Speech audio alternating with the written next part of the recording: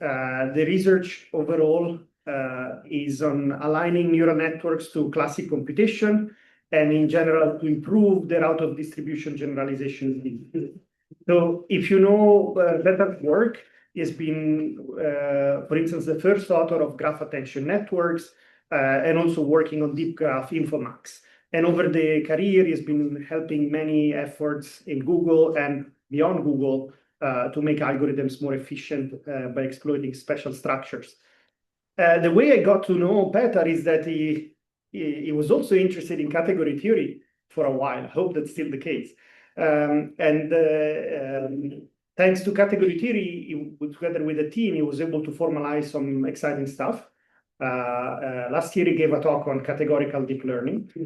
This year, he's talking about some new stuff. The title is Filter Equivariant Functions. And I'm very excited to hear more about these latest developments. As usual, people, you can ask questions. I will try to moderate the discussion, but join me in welcoming Petar and Petar, whatever you want. The stage is yours. All right. Thank you very much once again for kindly inviting me for a second year in a row to give a guest lecture at your course, Giola. Thank you, everyone, for coming along for the talk today. So as mentioned, my name is Petar Veličković. I'm a senior staff research scientist at Google DeepMind, and I'm also an affiliate lecturer at the University of Cambridge, where I teach the Geometric Deep Learning Master's course. And as you can see, what we will be talking about today are filter equivariants. Now, I trust that to some of you, especially if you have both a geometry or representation theory background and the programming language theory background, you will maybe see this title and immediately know what I'm going to talk about. Whereas for some of you, maybe either or both of these terms might not be too familiar. So we are going to, it'll be slightly accelerated because I'm assuming that most of the crowd here have already a very solid grasp of even more abstract concepts than filters and equivariants. But we will start with more of a motivational introduction to why we might want to think about something like filter equivariant functions. And then once we get that out of the way, we will dive deep into how you can reason about such functions. And it turns out that the mathematics behind them is indeed quite beautiful and also quite abstract. So I hope there will be something for many of you in the audience today, and I look forward to the discussions we're going to have either after or during the presentation. Please feel free to interrupt me at any point if you have questions. The talk will be quite theoretical, so it will be useful if there's something that's not clear to try to address it sooner rather than later. Okay, so first of all, let's start with our main premise. I think it's hard to deny that AI systems we have around today, I deliberately say AI systems rather than AI models because usually a lot of the great performance comes from a very careful synergy behind, say, a neural network model and a carefully constructed algorithmic system around it.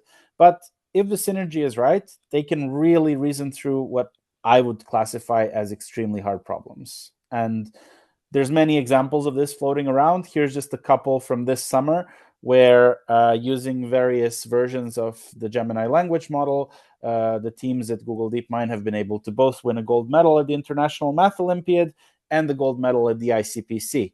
I was actually personally involved in the second of these two teams. And as someone who has tried to compete at the ICPC for many years, I know that this is pretty much one of the hardest grand challenges in competitive programming you can have. Gemini's system competed in real time against all of the human participant teams, and they were able to win a gold medal equivalent performance. So, at this point, it's hard to deny that the types of problems they can handle, both in maybe theoretical mathematics, but also applied engineering problems, is at a really high standard. But then at the same time, these systems nowadays have billions or even hundreds of billions of operations, or even like individual ops like multiplications, and you expense hundreds of billions of these multiplications for one particular part of your output. So it's not just for your entire output, but for one unit of your output, you will do lots and lots of multiplications, for example. Yet the systems cannot even reliably perform basic computations that rely on those operations.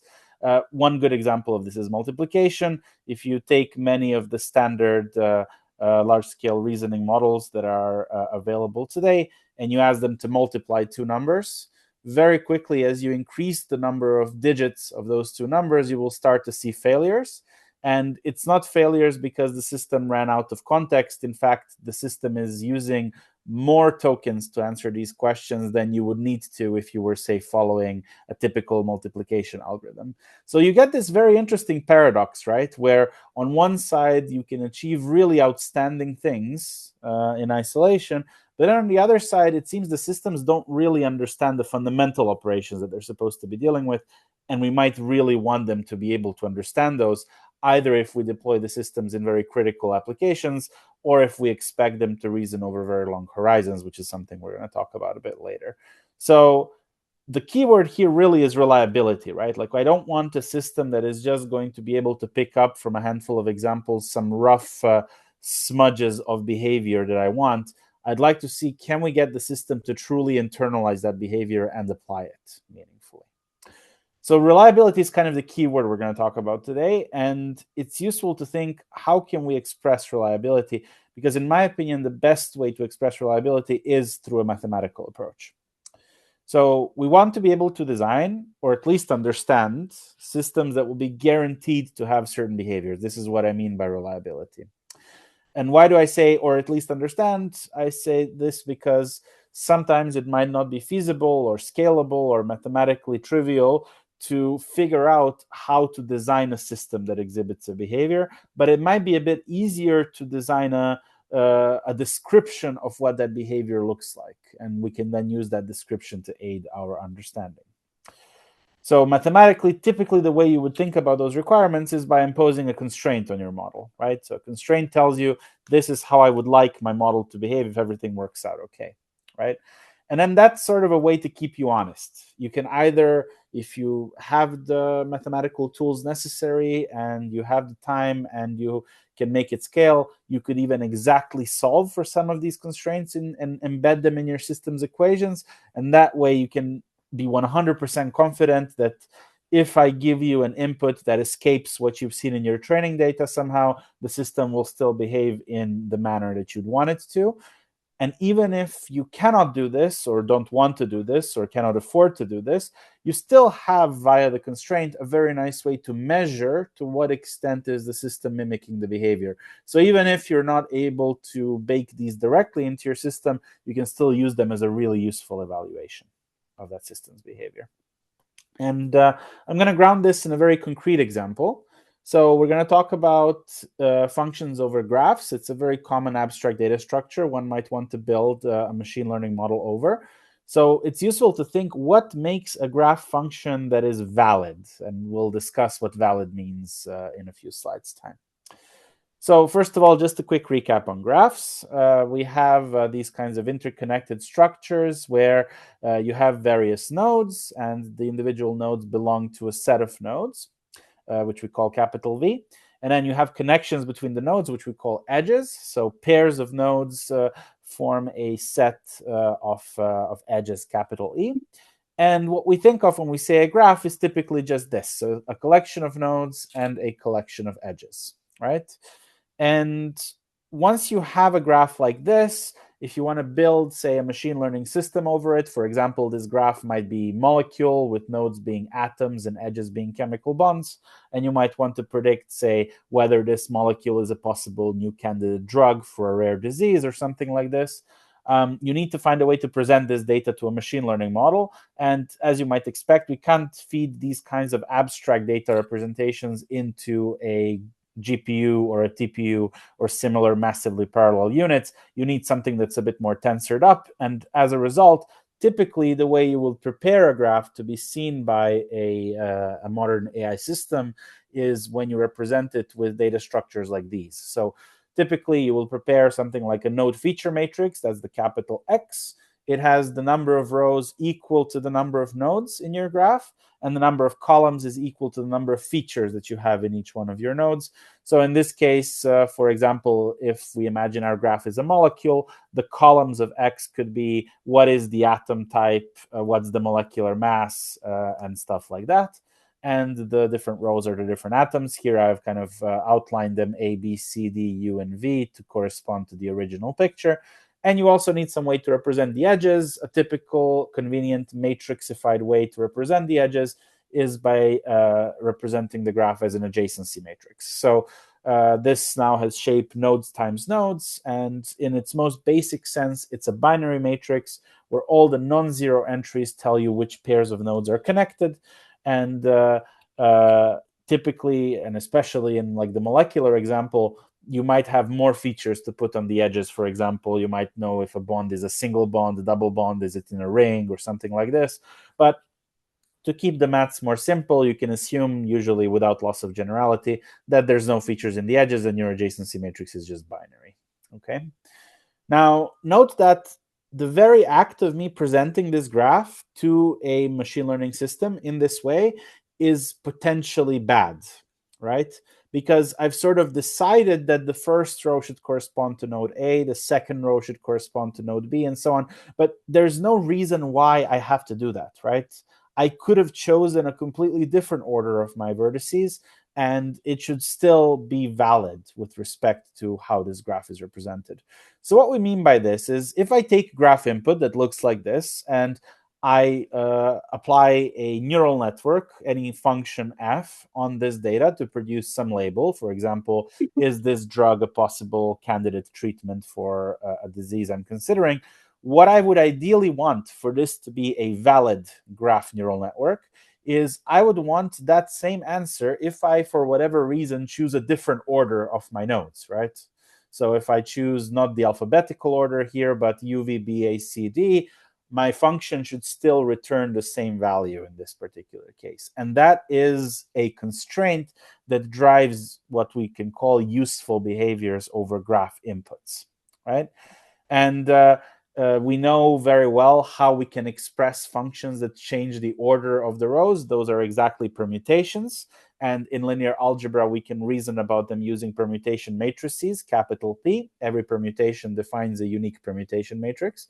And you can then define the action of that permutation on your inputs by just applying it appropriately on the matrices. So for example, on your node feature matrix, you just do a left multiplication with P to permute the rows. For the adjacency matrix, you need to permute both the rows and the columns, and that is the reason why you have PAP transposed in that particular field. And this type of constraint, it's a very fundamental constraint in building machine learning systems. It's known as permutation invariance, and it must hold for all possible choices of P. Now, what if I don't want a prediction on the entire graph, but instead I want a prediction in my nodes, right? So now suddenly I want one output per node, and actually permuting the input shouldn't result in exactly the same output, right? Because I still have a node order and I should ideally preserve it.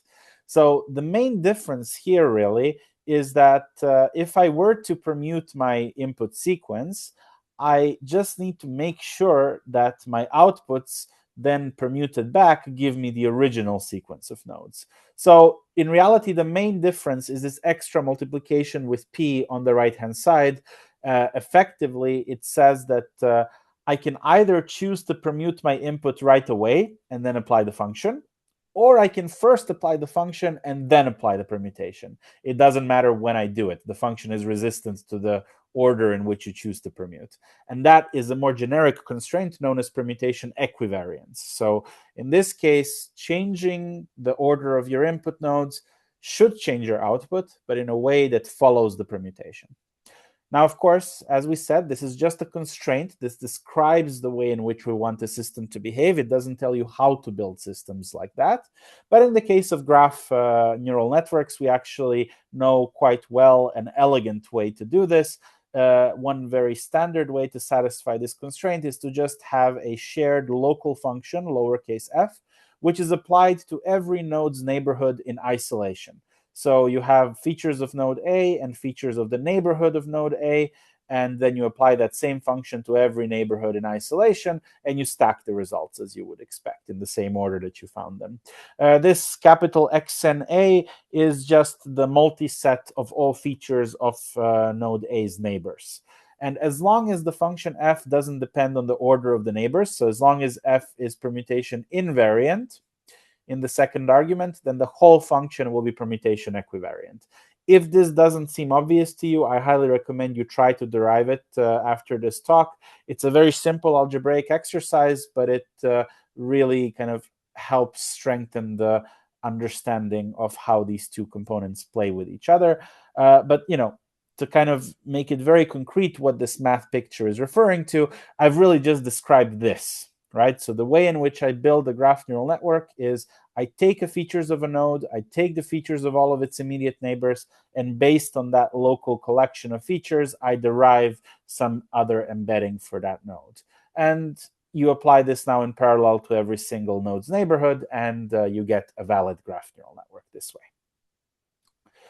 Now, we can categorify this and represent it as a commutative diagram. The general idea here is that you can look at, say, our function f, which maps a graph input, which is r to the n times r to the n times n. So the first part of this is your node features. The second part is your node feature matrices. And your functions compute some different features over your nodes. Here I've deliberately chosen that there's only one-dimensional features to keep it simple, but it can be r to the n times k if you prefer. And now we're talking about the action of some permutation over this data. And we can represent permutations as coming from a permutation group, which here I denote by sigma n. So sigma n is just a collection of all possible permutations of n elements with all the required structure that a group must have.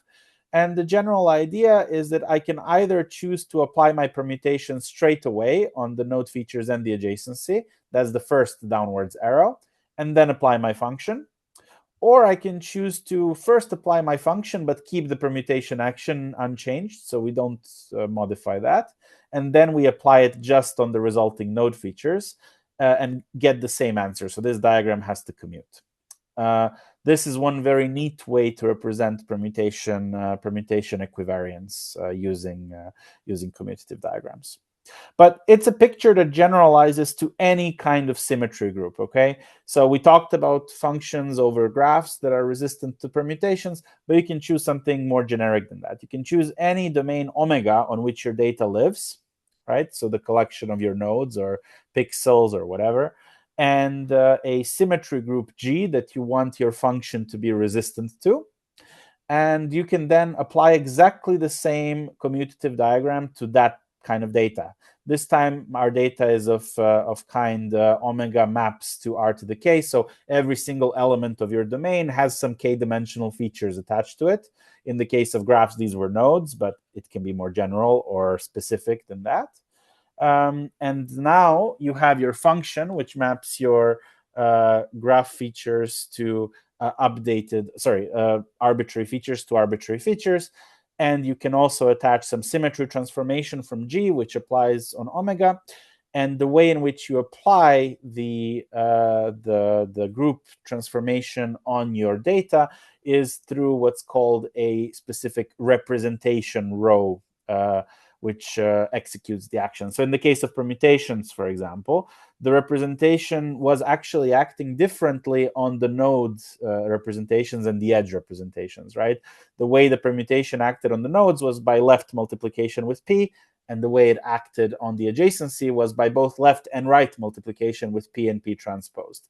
So the exact way in which your group acts on your domain depends on the specifics of how your data is represented and also how you want to express the symmetry. But the commutative diagram is essentially the same. Like these two are representing the same thing. This one is just specialized in the domain of graphs. Okay?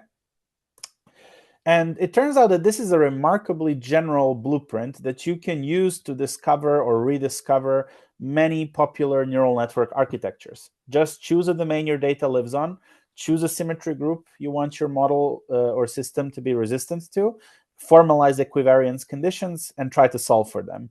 And you'll find that many popular architectures arise as a result of trying to solve for those constraints.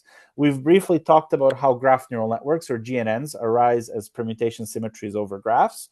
But you can use the same idea to discover that, say, convolutional neural networks, or CNNs, arise as translation symmetric operations over grids. deep sets as permutation symmetric models over sets.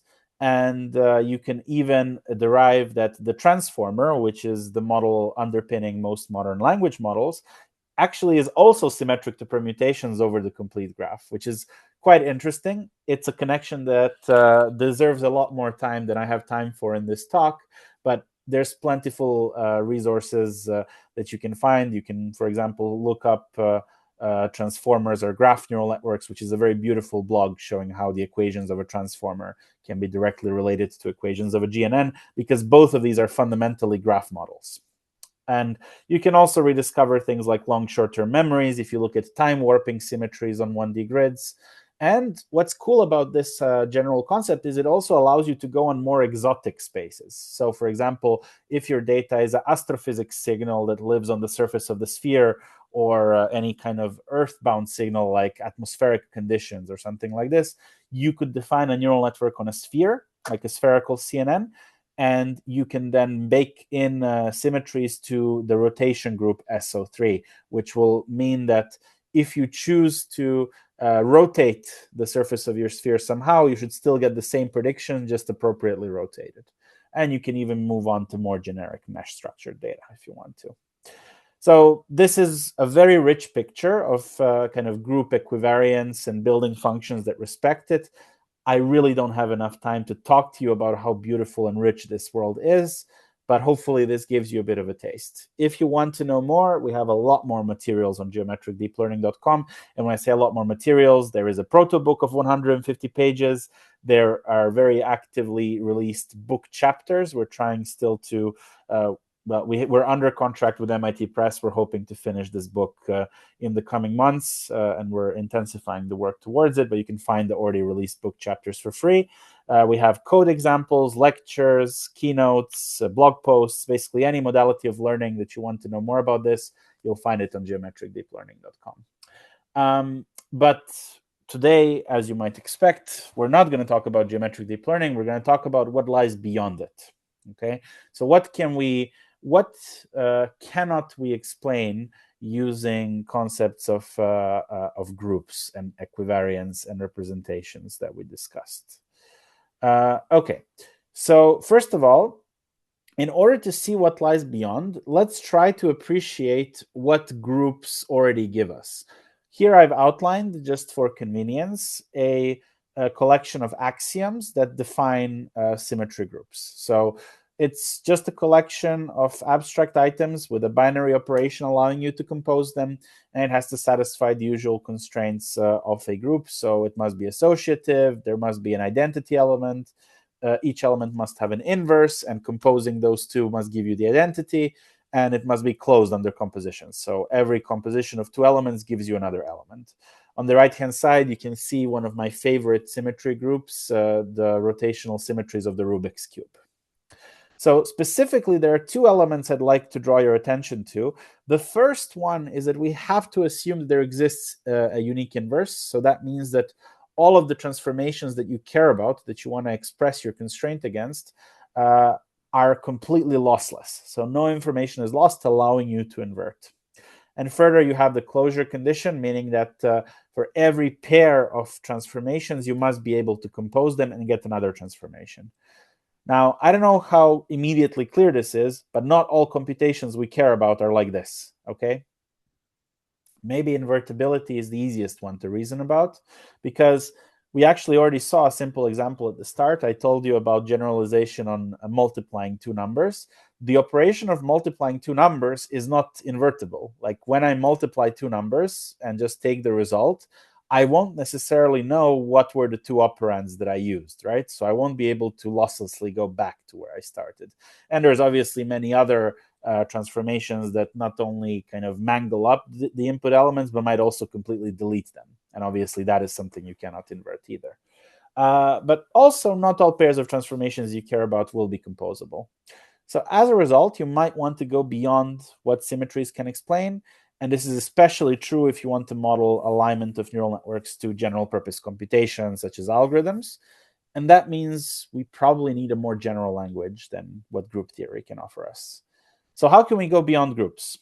Well, we mentioned there are these two key conditions, right? The invertibility of the group transformations and the composability of the group transformations. Well, we can just see what happens when we delete, when we remove some of those constraints from groups. So first of all, if we allow our groups to group elements to not always be composable, but still they all must be invertible, we transition from groups to a structure known as a groupoid. And this is a very interesting structure. It actually arises when you consider, once again, in the case of graphs, all possible adjacency matrices that a graph can have, right? Because among a particular adjacency matrix, you can permute it in various ways, giving you basically an island of matrices that are all isomorphic to each other. But then you have a completely different matrix and it lives on its own island of things being completely isomorphic to each other. And that is a perfect kind of equivalence class structure that corresponds to a groupoid. And it has been exploited to great success in the natural graph networks paper from Pim de Haan and others.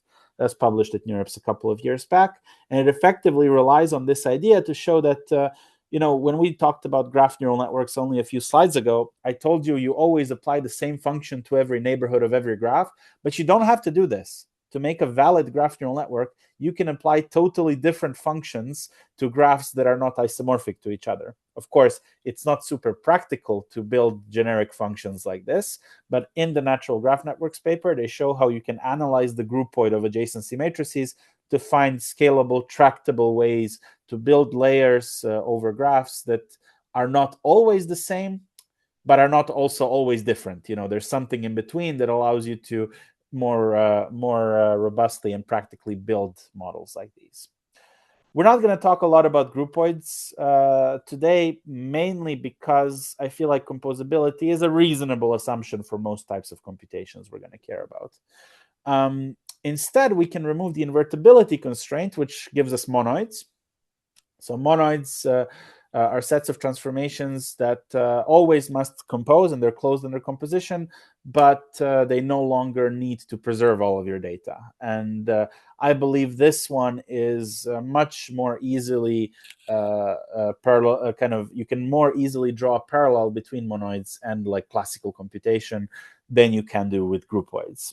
So that's for that reason, monoids are going to be where today's talk will largely be in. That being said, it is worth noting that you can also relax both of these conditions at once, and then actually you get categories. So categories are a result of starting from groups and then removing both composability constraints and invertibility constraints.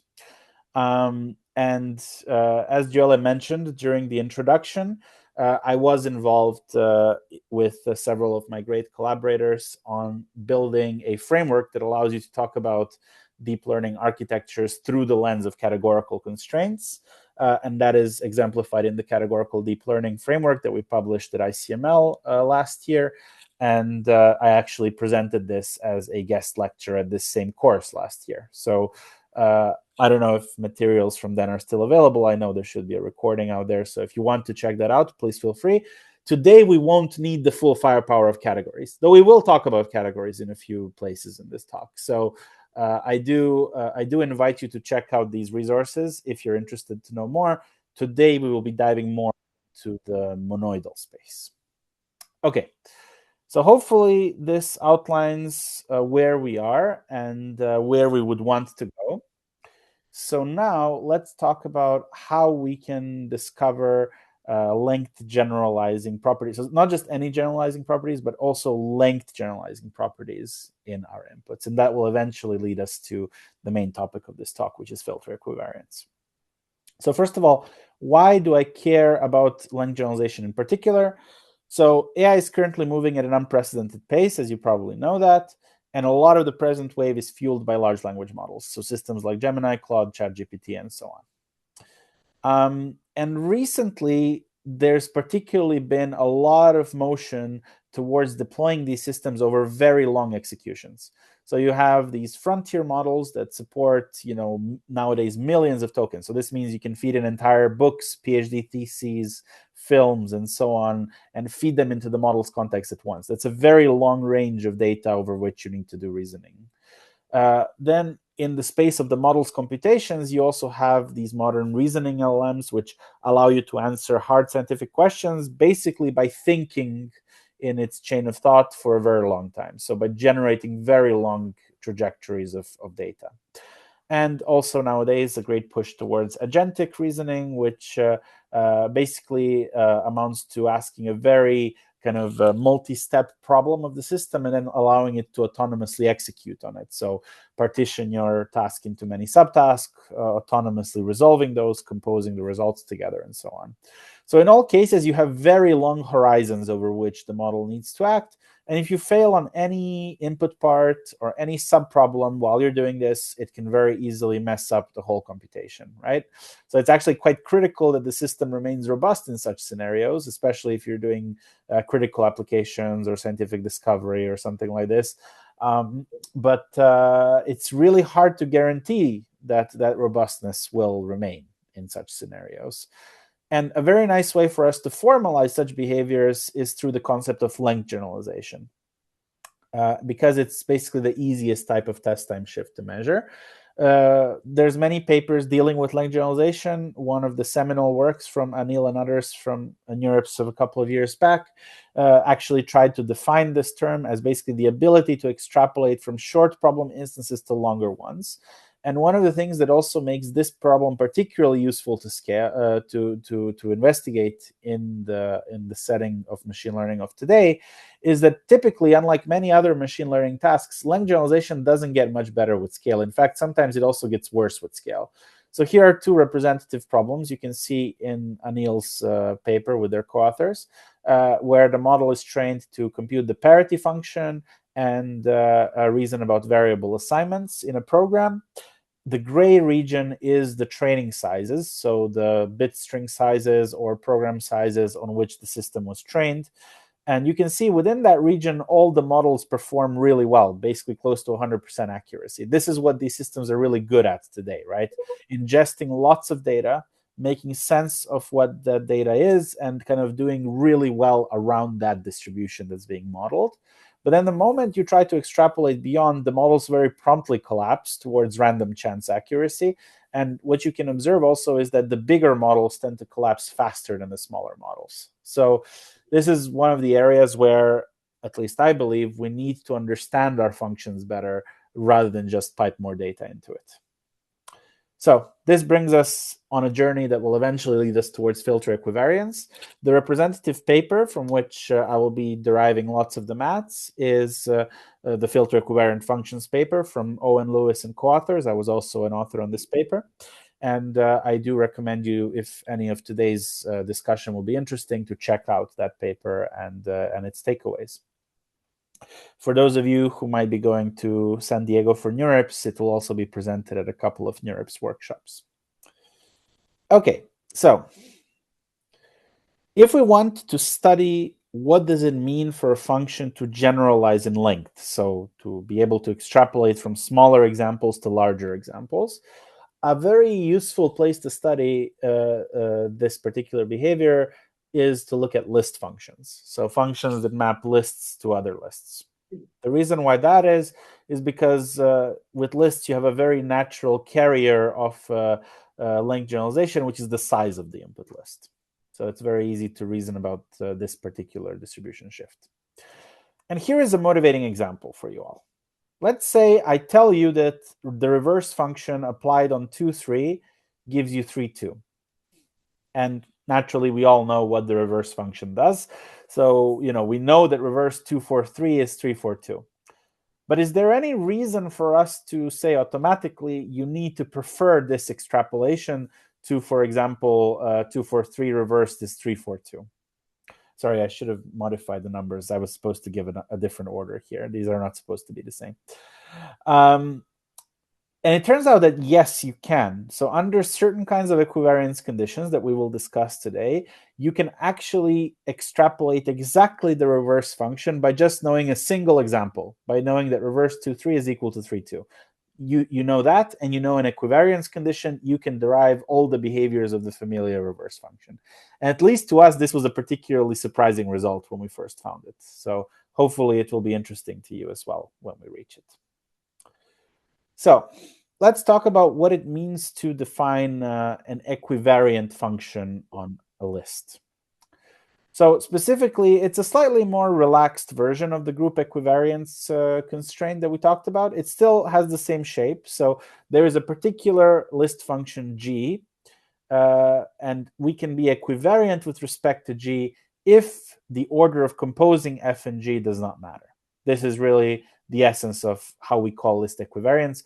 Note, I often will put equivariance in quotation marks because this is not the same as the representation theoretic concept of equivariance, but it is just the term that we will be using to say that the order of composition does not matter. And our work is not the first one to study equivariance of list functions. In fact, a very popular line of work in the past has studied functions that commute with maps. So maps are effectively functions that allow you to transform each element of your list using a shared function. And it is known that if your function is equivariant to all possible maps, it is actually exactly a natural transformation from the list functor to itself. For a very popular proof of this, you can check out Philip Wadler's theorems for free. However, just because we know there exists this result for map equivariance, we don't actually know much about length generalization or these kinds of generalizations from map equivariance, because the map kind of runs a function on every single list element, so it doesn't actually change the length of your list. Therefore, we have no way to reason about behavior at different lengths by using map equivariance. But it's still useful to know that this is something that has been studied before, and this gave us motivation to kind of dig deeper and focus more on length generalization in this context. So, okay, if maps cannot change the list length, we maybe can find different functions to be resistant to that will update the list length. And there's generally two ways of doing this. So by adding elements and by removing elements, right? And, keeping in mind that this is supposed to be a way to represent a collection of transformations that we care about, I'd like to get the room's opinion. We can do a show of hands. So do you think that adding elements or removing elements will be a better choice for the thing that we're going to be equivariant to? So can you raise your hand if you think adding is a better choice? Okay. And what if you think removing is a better choice? Okay. Some of you did not want to veer either way. That's quite interesting. But it seems from the hands that I was able to see that it was roughly 50-50. Actually, removing is much better. So precisely because how many additions are there, right? You can add whatever you want, wherever you want, and it's really an object that you can't really control very easily. Whereas deletions, there's finitely many deletions that you can do, right? So it's a much easier collection of transformations to track. And a very typical function that you can use to track deletions of particular elements is actually the filter function. So the filter function takes your list and takes a predicate and only preserves elements that pass that predicate. So for example, if you have a list 1, 2, 3 and you filter by even, only the element 2 survives. If you have a list 1, 2, 3, 4 and you filter by odd, only 1 and 3 survive, right? So filters are a very nice way to express many possible deletions of elements in a list. So using this and kind of combining it with the previous list equivariance construction that we talked about, we can say that a list function is filter equivariant, or FE, if no matter what predicate you choose, so this predicate is a function from your list elements to bool, composing F with filter results in the same outcome regardless of whether you filter first or apply the function first. So this must hold. This is a slightly different form of equivariance than the one we discussed before. It's not for a specific predicate. It's for all possible predicates. Okay, so all possible deletions, basically, right? And further, your function might also additionally be map equivariant, which, as we said before, would mean it's a natural transformation. So we can also talk about natural filter equivariant functions, or NFEs. So these are functions that are both resistant to map and resistant to filter. So this is what this looks like pictorially. So imagine I have a list of 5 elements and I want to apply some function. In this particular case, the function is rainbow sorting. So I'm sorting my input colors to match the order of the rainbow. For example, this function sort, as we will see shortly, is filter equivariant. And therefore, no matter what filter I apply, for example, I want to filter out all the green elements from my input. It doesn't matter if I first sort, then filter the greens, or I first filter the greens, then sort. I will get the same answer, which is red, blue, purple. Yeah. This is what we mean by filter equivariance. And it's one way in which we can describe functions f that are resistant to elements being deleted. So behave kind of predictably as you delete elements. And that's one way of length extrapolation, as we will see shortly. So, okay, this is the general idea of filter equivariance. Now we can talk about, first of all, some interesting properties of filter equivariance, and then we can talk about how to construct them.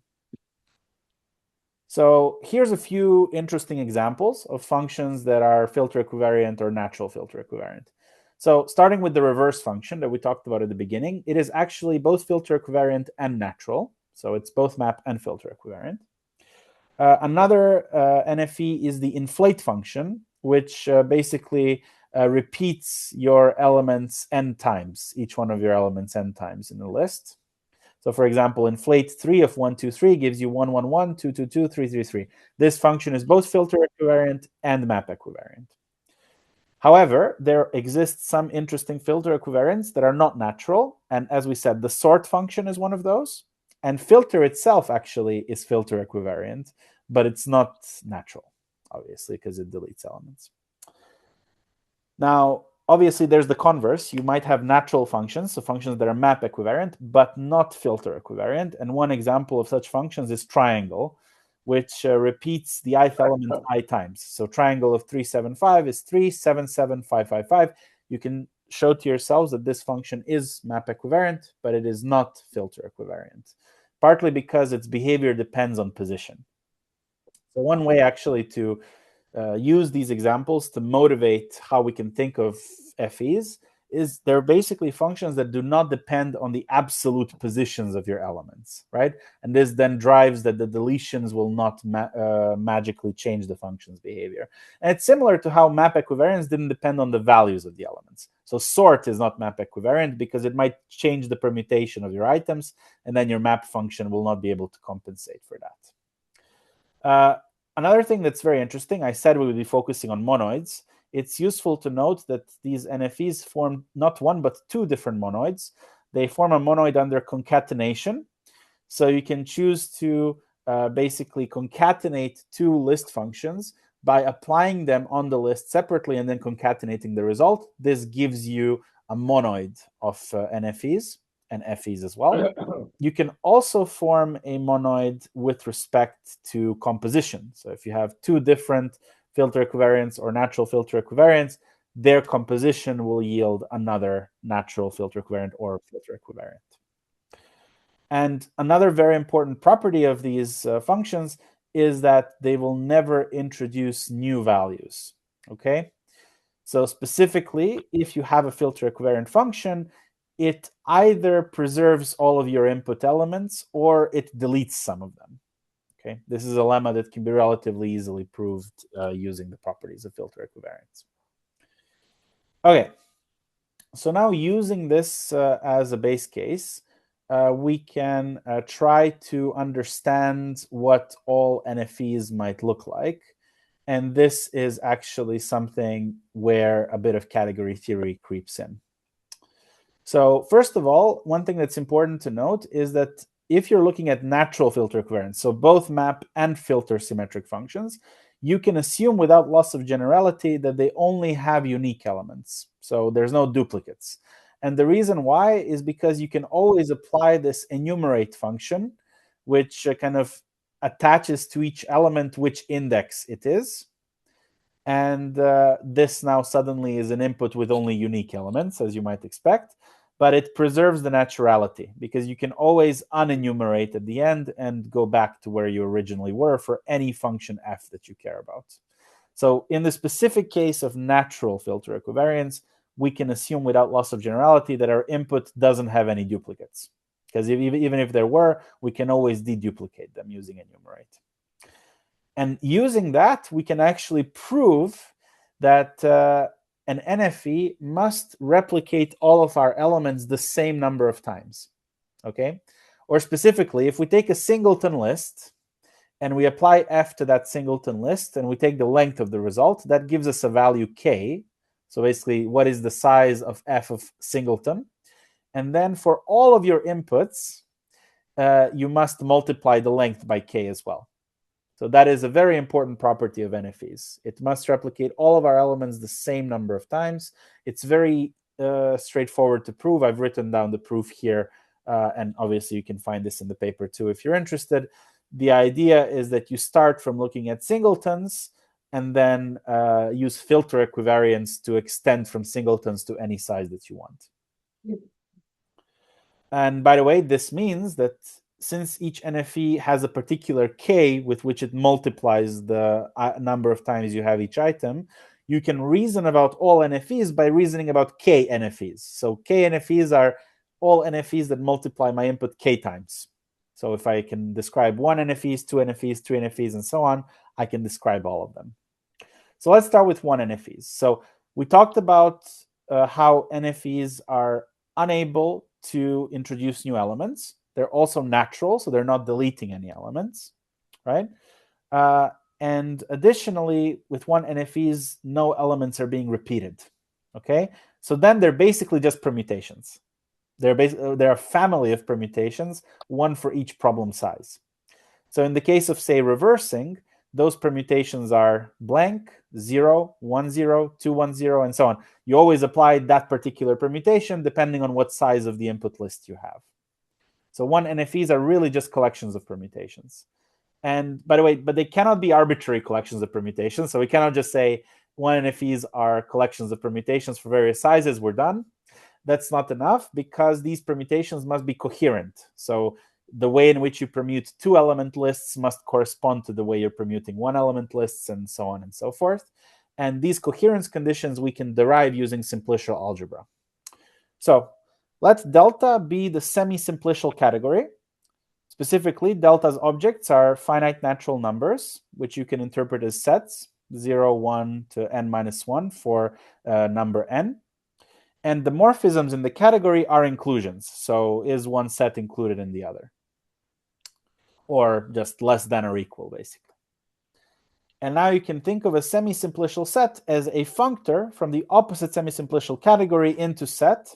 That is, it's a family of sets, f of n. And the functions that map from f of m to f of n are applied for every possible inclusion that you have, and they obey the functoriality laws that you would expect. So one typical example of this, well, 2 specific examples that we will care about, is there is a terminal semi-simplicial set, which we will call 1, and that is the functor that maps every object to the 1-element set. So it's a very simple terminal functor. And then there's the perm functor, which maps a natural number n, or a semi-simplicial item n, to the set perm of n, which is containing all possible permutations of n. And if you have any inclusion from n to m in the original semi-simplicial category, this also gives you a mapping between 2 permutations, permutation of m to permutation of n, which basically make sure that these 2 permutations are consistent, right? You go from a bigger permutation of m elements to a smaller permutation of n elements by just removing the elements that don't exist in the bigger one, right?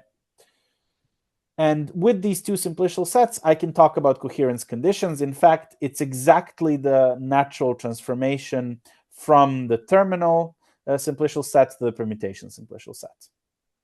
Or put differently, a 1 NFE is a family of permutations such that for every inclusion from a bigger permutation to a smaller one, you obtain the corresponding permutation by appropriately restricting the bigger one. And such families we call semi-simplicial permutations, and category theorists will often refer to this type of construction as a cone over perm. So it's basically the limit of all possible permutations as n goes to infinity. And this, by the way, then nicely generalizes to k NFEs. So we talked about talking about collections of permutations, but if we want to talk about these transformations that permute and multiply up to k times, we can find basically a semi-simplicial set of k permutations defined by an appropriate functor, taking us from the opposite semi-simplicial category back to itself with the k repetitions, and then using perm to go back to sets. And we can define cones for those functors as well. And you can then relatively simply show that any particular k NFE function is just a k semi-simplicial permutation, and therefore the set of all possible k NFEs is just the cone over the permutations of n times k, where k is some fixed multiplication. And you can use this idea, which very elegantly describes all natural filter equivariants, to more general filter equivariants. But because they're no longer natural, you cannot assume that all your elements are distinct. Like the enumerate, unenumerate trick doesn't work anymore. And therefore, you must track how many times each element is repeated. So specifically for a filter equivariant function, you need to track this phi function, which for every element, if it occurs n times in the original input, it tells you how many times it will occur after you apply f. So phi of xn says that if I have element x repeated n times in my input list, after applying my filter equivariant function, it will apply phi of xn times. It will occur phi of xn times. Then you can show that you can use these phis and apply them to every single element in your list and repeat it an appropriate number of times to express your filter equivariant as just a permutation of those repetitions. And then you need to be able to reason about multisets. So natural numbers are not enough anymore to talk about unique elements. So you need to talk about the category bag, which allows you to track repetitions of individual elements and morphisms between them, which are now inclusions with extra constraints. And once you have a way to do that, then you can induce a functor from the multiset category, the bag, into the semi-simplicial category. And suddenly cones will work again.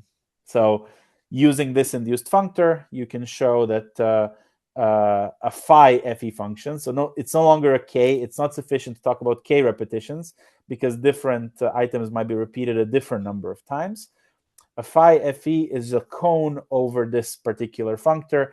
The functor basically allows you to go back into the usual case where the cones were possible. Okay, so that was a quick characterization of the different filter equivariants and natural filter equivariants. I would like to wrap up by telling you a bit about how we can then also learn such functions. So what's cool about this is that not only can you understand NFEs better by analyzing them in this particular way and characterize all of them, but it also turns out you can very effectively learn them from a very small amount of examples. So specifically, if I tell you that a function f is natural filter equivariant, and on 1, 2, it gives me 2, 1, 2, 1, I can fully extrapolate f on any input I want. In this specific case, f is reverse concat reverse. So reverse was actually an NFE as well. And as I hinted at the beginning of my talk, if we know our function is NFE and we know its output on one example, we can extrapolate it everywhere else. And this example, it's sufficient that it has only 2 items. For FEs, it's a little bit more involved. Specifically, say I know my function is filter equivariant, and I want to compute it on 3, 2, 1, 2. I need to get the answer on all sublists where I have 2 unique elements kept. So 2, 1, 2, 3, 2, 2, and 3, 1. If I know the output of f on all of those, I can then deduce the output of f on the bigger list. It's still a great reduction in the size of the examples I need to learn. So hopefully this can still be something quite useful. And the way in which it works, so here I'm reminding you of the rainbow sort example I gave before.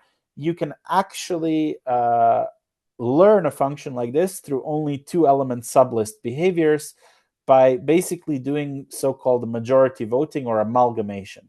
So let's say I have this input of blue, green, red, purple, green that I want to rainbow sort. What I need to do is I need to take all of the sublists of 2 unique elements. So it's blue, green, green, blue, red, blue, purple, and so on. And then I apply F, the rainbow sort, to all of those. And then magically, I can majority vote for the first element, which happens to be red. Then obviously, wherever I picked red, I shift the elements by 1 to the left. Now suddenly the majority voting gives me green. I shift all the elements by 1. Majority voting gives me green again, then gives me blue, gives me purple. So I've actually reconstructed the output on a much bigger list by basically applying it on these smaller examples and amalgamating the results. And it's usually much easier to learn functions on smaller sizes than on bigger sizes. So this can give you a lot of faith in building more robust length extrapolating systems in the future. Now, I've told you it works by majority voting. I will briefly present to you the argument on why it works. But you can find a lot more details in the paper. So first of all, in order to be able to reason about the simpler setting of how does my function act on restricted sublists where I've deleted all but 2 unique elements, we can look at a slightly simpler case where we only remove 1 element. And we can collect all of those functions using, all of those lists using this function pi.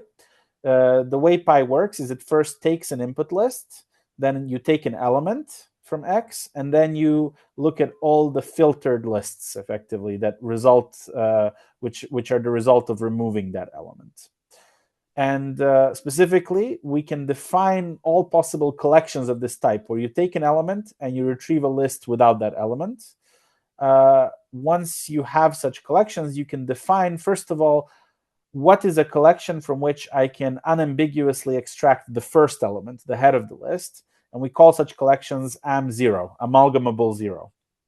So we say that a collection of lists is an amalgamable 0 if there exists a particular element such that whenever it is not in the lists that we're looking at, its head element is always that one. So this is, whenever it's not being filtered out, the head element is exactly that one. So this means that whenever we're not deleting X0, it always ends up at the front, right? It's going to be majority voted as the best one. And as long as we have that, we don't have ambiguity over the choice of the first element. And using this, we can recursively define collections from which we can fully reconstruct the list. And as you might expect, it's either that we don't have any lists, so the outputs are all empty, or we can amalgamate the first element, so it's part of AM0. And if we were to delta out the first elements that we've extracted, that remainder is also amalgamable. And this delta shift is defined as simply if we have chosen a list that contains the head, we delete it. Otherwise, we keep the list the same. And we have our amalgamation function, which basically picks out this first element uniquely defined if the input is amalgamable, and then amalgamates the rest via majority voting. And we can then prove a lot of interesting stuff about it. First of all, that as long as we have an input list with at least 3 unique elements, then all of its 1-element filters form an amalgamable set. Specifically, it's an isomorphism with amal as its inverse, so it perfectly reconstructs all of the initial inputs. Then, if we have a filter equivariant function and we have an input to it which has at least 3 unique elements, then if we first apply the function, then all the filters, that is also amalgamable. And we can use these 2 results to prove the key theorem, which is that if we have a filter equivariant function and XS is a list with at least 3 unique elements, then our amalgamator can perfectly reconstruct it by just knowing the outputs on all sublists of up to 2 unique elements. So this means that if we want to compute a filter equivariant function over any input list, no matter how long it is, you just got to reduce it to all unique 2-element sublists and then recompose using amal. And for NFEs, as we discussed, any single length 2 example is sufficient to extrapolate everywhere. It is an interesting question to ponder why that is. We do have an argument for this in the paper, but for the purposes of leaving a bit of time for discussion, I'm going to pause there and just say thank you very much for listening. I hope you've enjoyed this overview of filter equivariance, which is, I hope, only the first in a long series of functions that should allow us to talk about extrapolating behaviors in a way that's as rigorous as group symmetries were for geometric deep learning. Thanks so much for listening, and I'm happy to take any questions.